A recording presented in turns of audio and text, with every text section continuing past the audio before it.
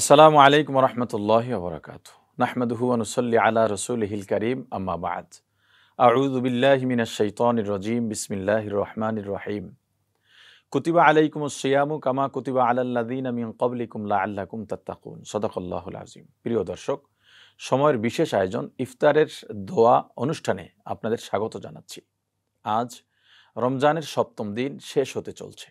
আল্লাহ রাব্বুল আলামিন পবিত্র কালামুল্লাহ শরীফে বলেন, তোমাদের উপরে রোজা ফরজ করা হয়েছে যেভাবে পূর্ববর্তীদের উপর ফরজ করা হয়েছিল, যাতে তোমরা মুত্তাকি হতে পারো। প্রিয় দর্শক, এখানে দারুণ একটি বিষয় রয়েছে। যে কোনো ইবাদতের ক্ষেত্রে তাকওয়া শর্ত রয়েছে। তাকওয়াবিহীন নামাজ, তাকওয়াবিহীন দান সাদগা, তাকওয়াবিহীন জিকির আল্লাহর কাছে কবুল হবে না। ঐতিহাসিক হাদিসে জিবরাইলে রাসূল করিম বলেন, ক্বালা নবিয়্যু সাল্লাল্লাহু আলাইহি ওয়াসাল্লাম আং তা'বুদাল্লাহা কাআন্নাকা তারাহু ফাইল্লাম তাকুন তারাহু ফাইন্নাহু ইয়ারাক।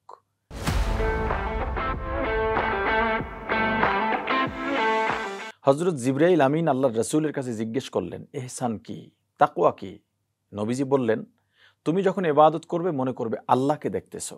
যদি তুমি ফাইল্লাম তাকুন তারাহ, তাকে দেখতে না পাও, তবে তুমি মনে করবে নিশ্চয়ই আল্লাহ তোমাকে দেখতেছেন। এই ঐতিহাসিক হাদিসটি তাকওয়ার সংজ্ঞা হিসেবে ধরতে পারেন কিংবা তাকওয়ার ব্যাখ্যা হিসেবে ধরতে পারেন, তাকওয়ার সঙ্গে যুক্ত।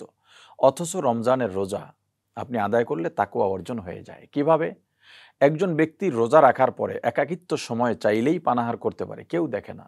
পানিতে ডুব দিয়ে পানি পান করতে পারে, কেউ দেখে না, কিন্তু তবুও তিনি করছেন না। কেন? আল্লাহর ভয়ে। আল্লাহর ভয়কেই তাকওয়া বলে।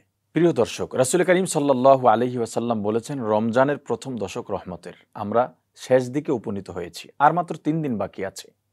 রহমতের এই দিনগুলিতে বেশি বেশি ইস্তেগফার, দরুদ, নফল নামাজ, দান সদগা এবং আল্লাহর স্মরণে কাটিয়ে দিই। আল্লাহ তাআলা আমাদেরকে কবুল করুন, মঞ্জুর করুন, সকলকে রহমত দান করুন। রাসূল করিম সাল্লাল্লাহু আলাইহি ওয়াসাল্লাম বলেছেন, ইফতারের পূর্বের দোয়া মানুষের গুনাহ ক্ষমা করে, জান্নাত দান করে, জাহান্নাম থেকে মুক্তি দেয়। আল্লাহুম্মা আমিন। রব্বানা যালামনা আনফুসানা ওয়া ইল্লাম তাগফির লানা ওয়া তারহামনা লানাকুনান্না মিনাল খাসিরিন। রব্বানা আতিনা ফিদ দুনিয়া হাসানাতাও ওয়া ফিল আখিরাহ হাসানাতাও ওয়া কিনা আযাবান নার। রব্বিরহামহুমা কামা রব্বায়ানি সগীরা। রব্বিরহামহুমা কামা রব্বায়ানি সগীরা। बुजुर्गों की नहीं हमको जरूरत, गुलाम अपना बना ले ऐ खुदाया। तूने कूका रियो माबद कर दे, जुर्म बे अंदाजा बेहद कर दे। ও আল্লাহ, রহমতের 7 দিন চলে গেল, জানি না 7টা রোজা কিভাবে কাটাইলাম। আয় আল্লাহ, ভুল ত্রুটি ক্ষমা করে আমাদের রোজাগুলো কবুল করে নেন।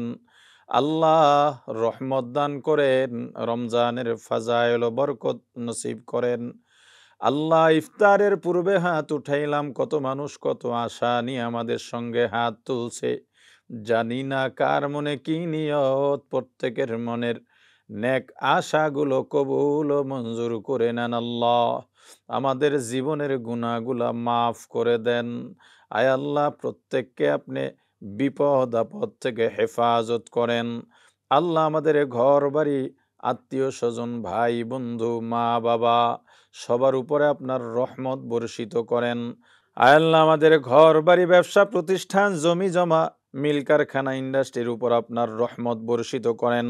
আয় আল্লাহ, স্ত্রী সন্তান, মা বাবা, ভাই বোন, আত্মীয় স্বজন, বন্ধু বান্ধব সবাইকে আপনি হেফাজত করেন।